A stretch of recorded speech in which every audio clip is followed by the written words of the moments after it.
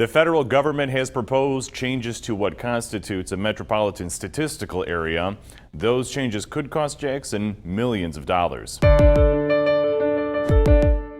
In January, the Federal Office of Management and Budget proposed an increase to the minimum population size of metropolitan statistical areas from 50,000 to 100,000. Even though the office made clear the MSA designation is for statistical purposes, many federal programs rely on it when determining where money goes. For instance, if Jackson were no longer part of a metropolitan statistical area, it could miss out on $1.6 million yearly in community development block grants.